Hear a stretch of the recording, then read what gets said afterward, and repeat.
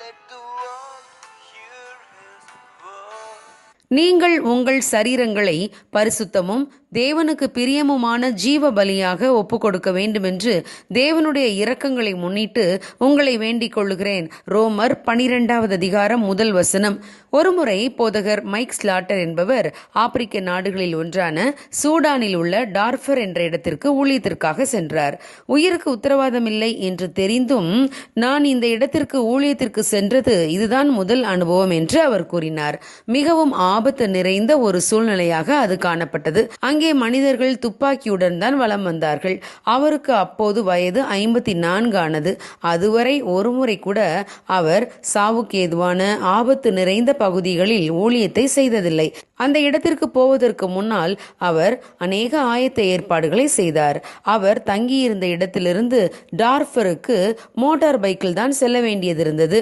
ஒருவேளை தான் மரித்து போனால் தன்னுடைய மோட்டார் பைக்கை அடையாளம் காண வசதியாக ஒரு சில அடையாளங்களை பைக்கிலை பொருத்தி கொண்டார். பின்பு ஊழியத்திற்கு கிளம்பி சென்றார். போகும் வழியில் அவர், இயேசுவே, என் வாழ்க்கை உம்முடைய ராஜ்யத்திற்கு மகிமையாக மிகுந்த கனிகளை கொடுக்கும் என்றால் இதோ அடியேன் என்று தன்னை அர்ப்பணித்து ஜெபித்து கொண்டே சென்றார்.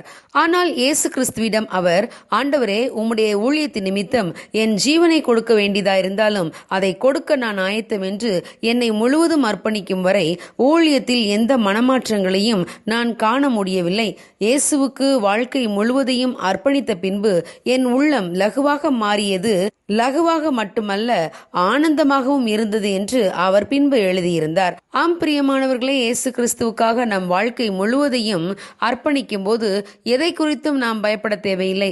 அந்த அளவிற்கு அர்ப்பணம் இருக்கும்போது தேவனுடைய வல்லமையும் அதிக அளவிலே வெளிப்படும். சாது சுந்தர் சிங் அவர்கள் தன்னை இயேசு கிறிஸ்துவுக்காக முற்றிலும் அர்ப்பணித்து ஊழியம் செய்தார்கள். தன்னுடைய ஜீவனை அவர் பெரிதாக நினைக்கவில்லை. சாவுக்கு பயப்படாமல் துணிந்து ஊழியம் செய்ததால் அவருடைய ஊழியத்தில் அநேகர் ரட்சிக்கப்பட்டனர். வல்லமை வெளிப்பட்டது. பல சமயங்களில் தேவன் அவரை இயற்கைக்கு அப்பாற்பட்ட முறையிலே பாதுகாத்தார். ஒருமுறை திபெத்திலே புத்த மதத்தை பின்பற்றுகிற துறவிகள் சாது சுந்தர் சிங்கை அடித்து ஒரு ஆழமான படுகுழியிலே தூக்கி எறிந்து விட்டார்கள். அது மரண தண்டனை விதிக்கப்படும் கைதிகளை தூக்கி போடும் ஒரு படுகுழி. மனிதர்களின் அழுகிய சரீரங்கள், எலும்புகள் எங்கும் காணப்பட்டன. ஒரே துர்நாற்றம். குழியின் வாய்ப்பகுதி இரும்பு மூடி போட்டு சங்கிலியாலே கட்டி வைக்கப்பட்டிருந்தது. ஆனால் இருள் சூழ்ந்திருந்த அந்த படுகுழிக்குள் திடீரென வெளிச்சம் உதித்தது. யாரோ இரும்பு மூடியை திறக்கும் சத்தம் கேட்டது. பின்பு, சுந்தர், இந்த கயிற்றை பிடித்துக்கொள் என்று சத்தம் கேட்டது. சாது சுந்தர் சிங் அந்த கயிறை கெட்டியாக பிடித்துக் கொண்டார். அவர் மேலே வந்து பார்த்தபோது ஒருவரையும் காணவில்லை. தேவனே தம்மை பாதுகாப்பதற்காக இறங்கி வந்தார் என்று சாது சுந்தர் சிங் அறிந்து கொண்டார். பலமுறை காட்டு மிருகங்களிடமிருந்தும் தேவன் அவரை பாதுகாத்தார். அர்ப்பணத்தின் அளவு 100% இருந்ததால் இயேசுவின் அன்பை விட்டு எதுவும் அவரை பிரிக்க முடியவில்லை. உலகத்தின் சுகபோகங்கள் அவரை இழுக்க முடியவில்லை. பவுல் அப்போஸ்தலன் எருசலேமுக்கு செல்ல நினைத்தபோது சகோதரர்கள் அவரை தடுத்தனர். அகபு என்ற ஒரு தீர்க்கதரிசி பவுலின் கச்சையை எடுத்து கட்டி கொண்டு, இந்த கச்சையை உடையவனை எருசலேமில் இருக்கும் யூதர் இவ்விதமாய் கட்டி புறஜாதியார் கைகளிலே ஒப்பு கொடுப்பார்கள் என்று தீர்க்க தரிசனமாக சொன்னார். இதை கேட்டதும் சகோதரர்கள் பவுலை பார்த்து, நீர் எருசலேமுக்கு போக வேண்டாம் என்று வேண்டிக் கொண்டார்கள். பவுல் இதை கேட்டபொழுது, நீங்கள் அழுது ஏன் என் இருதயத்தை உடைந்து போக பண்ணுகிறீர்கள்?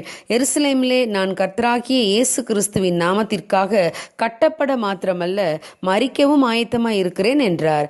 இவ்வாறு பவுல் தன்னை அர்ப்பணித்ததால் தேவன் அவர் மூலம் வல்லமையாய் மகிமைப்பட்டார். ராஜாக்களுக்கும் அதிகாரிகளுக்கும் புறஜாதிகளுக்கும் சுவிசேஷத்தை அறிவித்தார். அநேகர் மனம் திரும்பினார்கள். ஆம் பிரியமானவர்களே, அர்ப்பணம் இருக்கும் இடத்தில் நிச்சயம் பலன் இருக்கும்.